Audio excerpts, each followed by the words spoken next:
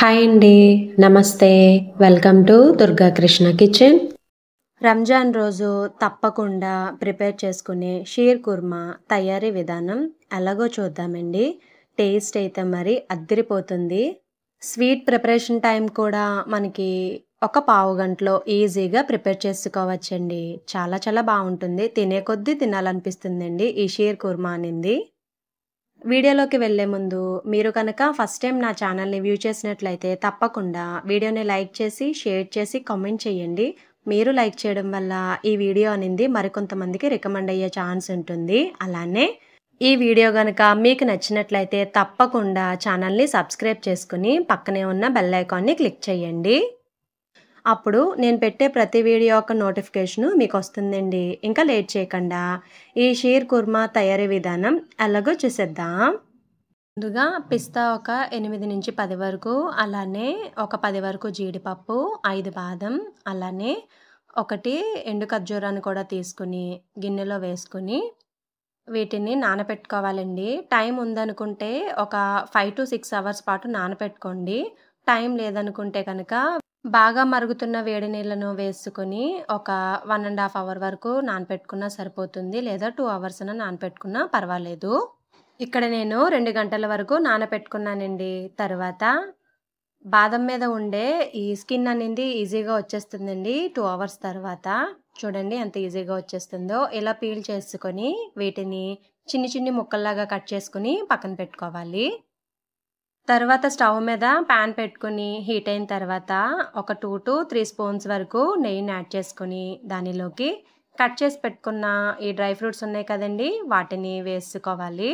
ఇవి లైట్గా ఫ్రై అయిన తర్వాత దానిలోకి కిస్మిస్ని కూడా యాడ్ చేసుకోవాలి. ఒక 8 నుంచి 10 వరకు అయితే సరిపోతుందండి. నేను తీసుకునే పాల క్వాంటిటీ 1/2 లీటర్ అండి. 1/2 లీటర్ పాలకి పర్ఫెక్ట్ కొలత అన్నమాట.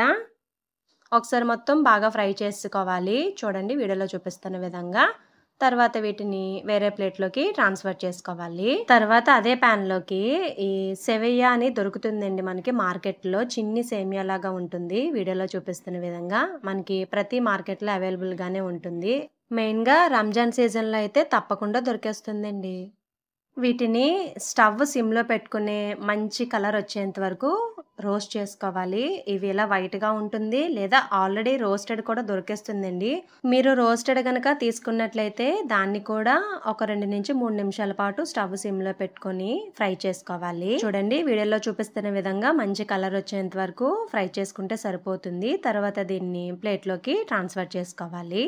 తర్వాత స్టవ్ మీద దలసరి గిన్నె పెట్టుకొని దానిలోకి ఫుల్ క్రీమ్ మిల్క్ తీసుకోవాలండి. అంటే వెన్న తీయని పాలైతేనే మనకి టేస్ట్ అనేది బాగుంటుందండి. ఈ షీర్ కుర్మాకి నేను 1/2 లీటర్ వరకు తీసుకున్నానండి.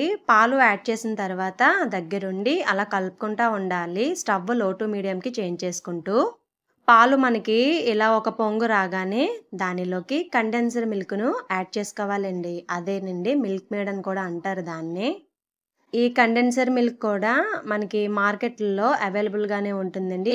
ఇక్కడ నేను 4 స్పూన్స్ వరకు యాడ్ చేశానండి. షీర్ కుర్మా అనేది మంచి క్రీమీ స్ట్రక్చర్ రావాలంటే తప్పకుండా ఈ మిల్క్ మేడ్ అనేది మనం యాడ్ చేసుకోవాలి.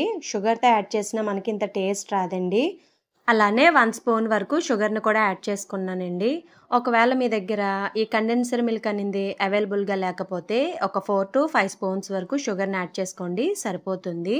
ఒకవేళ కండెన్సర్ మిల్క్ మీరు ఇంట్లో ప్రిపేర్ చేయాలనుకుంటే ఆల్రెడీ మన ఛానల్లో వీడియో ఉందండి. దాని లింక్ అనేది నేను కింద డిస్క్రిప్షన్లో ఇస్తాను. ఇంట్రెస్ట్ ఉన్న వాళ్ళు చెక్ చేసుకోవచ్చు. కండెన్సర్ మిల్క్ బాగా కరిగిన తర్వాత దానిలోకి ఫ్రై చేసి పెట్టుకున్న ఈ సేవియాను కూడా యాడ్ చేసుకోవాలి. తర్వాత స్టవ్ సిమ్లో పెట్టుకొని ఒక 4 నుంచి 5 నిమిషాల పాటు ఉడికించుకుంటే సరిపోతుంది. ఇది త్వరగానే ఉడికిపోతుందండి మనకి. అలా కలుపుకుంటానే ఉండాలి. ఇది 4 నిమిషాల తర్వాత అండి.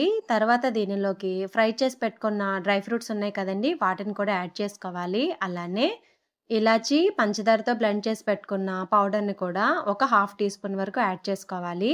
ఇది ఫ్లేవర్ కోసం అండి.